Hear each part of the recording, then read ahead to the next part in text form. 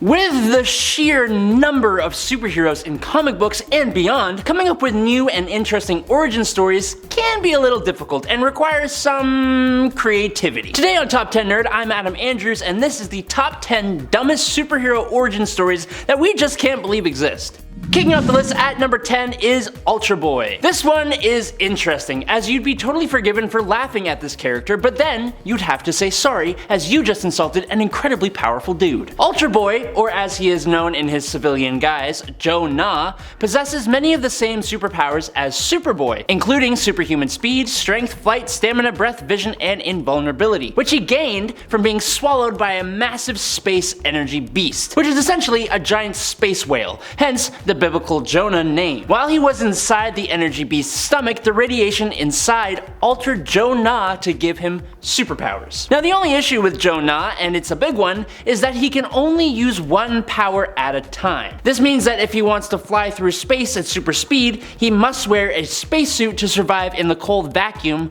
or when using his power for super strength, he is not invulnerable and can therefore get tired, feel muscular pain, or even pull a muscle. Joe Na can switch these abilities almost instantly, but needs to make the conscious choice to do so, which honestly sounds kind of exhausting to me. I don't know.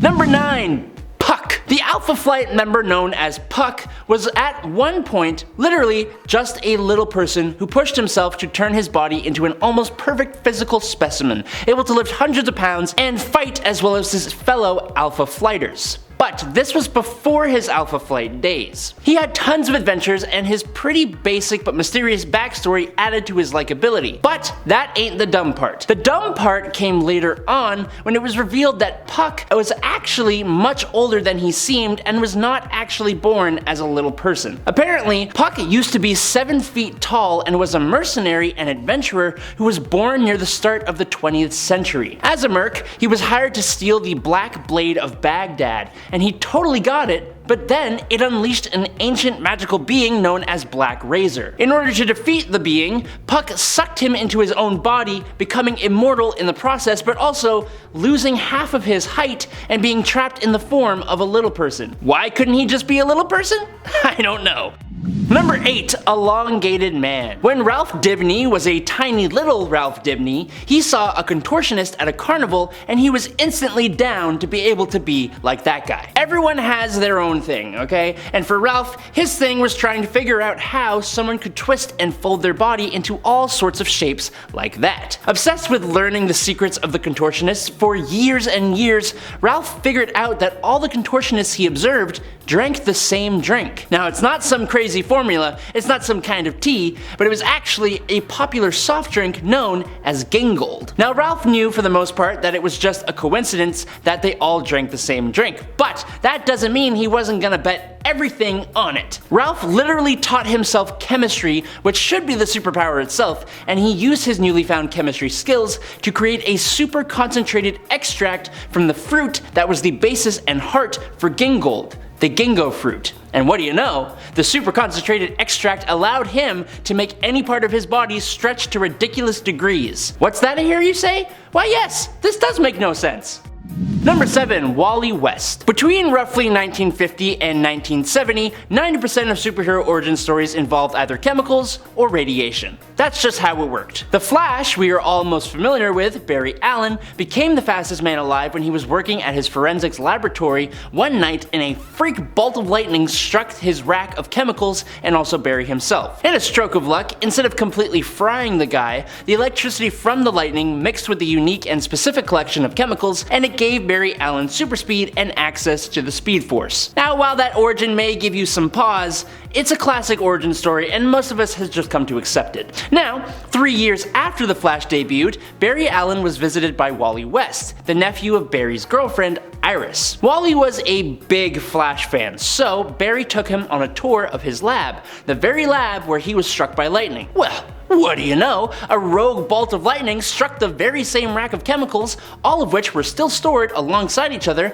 and then the lightning struck Wally West. The electricity mixed with this apparent unique collection of chemicals, unique enough to have it happen twice, and can you guess what happened? Yeah, Wally West gains super speed and access to the Speed Force. It's not like it doesn't make sense for an event to produce the same outcome, but I guess lightning really do be striking twice, huh? Or we got lazy with the writing.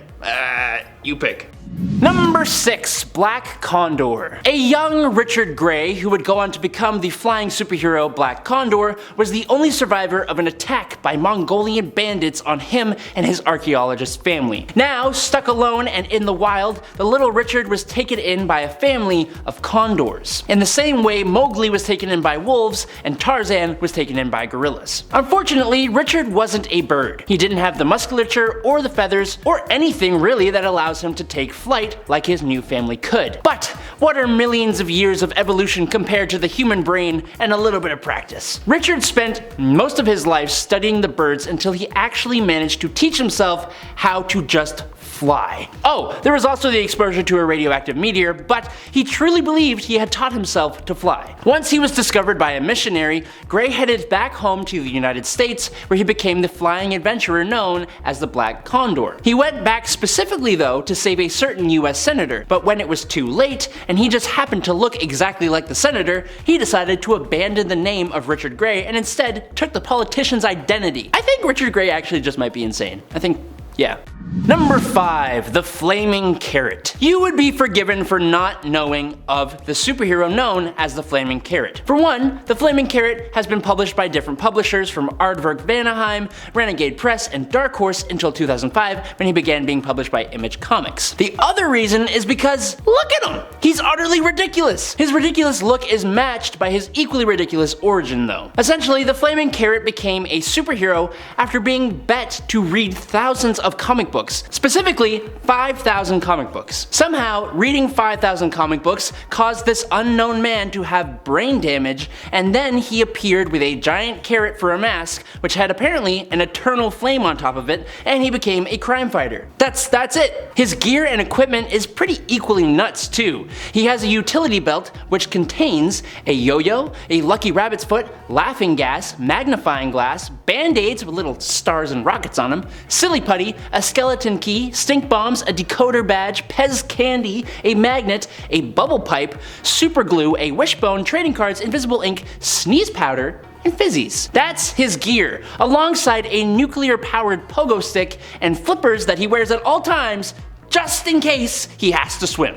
'Cause you never know.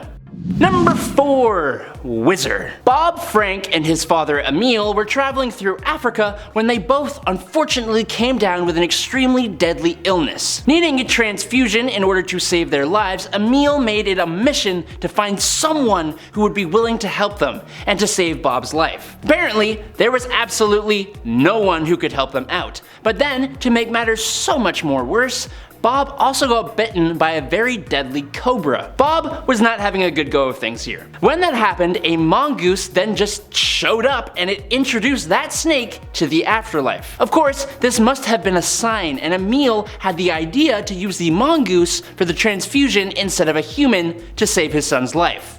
Don't worry about how a mongoose and a human are completely different. He was going to save his son's life, goddammit, okay? He was gonna do it. Now, not only did the mongoose DNA running through his veins actually save his life, but naturally this had the added benefit of allowing Bob to now run at super speed. Apparently this was also just common information, as Emil explained it as nonchalantly as pouring a cup of tea. Later on, it would be revealed that Frank had natural powers that were just jump-started by the addition of the mongoose DNA, but of course, that's only after the writers realized how that makes no sense. Number 3. Fat Man the Human Flying Saucer. Once upon a time, there was a pretty ordinary, wealthy man by the name of Van Crawford. Van was an expert on all things hobbies, and he owned a string of hobby shops. Well, Van here just happened to be waltzing along when he spied, in his little eye, an alien flying saucer crashing into the Earth. Now, being such a nice guy, Van decided to clear the space for the saucer to land, even pushing over a tree to do so. Very nice. Crawford came face to face face with an alien, and it turns out that this alien was the flying saucer he had seen. This race of aliens seems to be able to transform from their normal form into a flying saucer, which is honestly a pretty spectacular ability to have. Luckily for Van though, after the alien gave him a drink that seemed to look and taste like a chocolate milkshake, he also gained this awesome and unique ability to transform himself into a human flying saucer. It's honestly really fun and kind of super charming that I really enjoy it, and I think we can all agree that it's kind of dumb still though.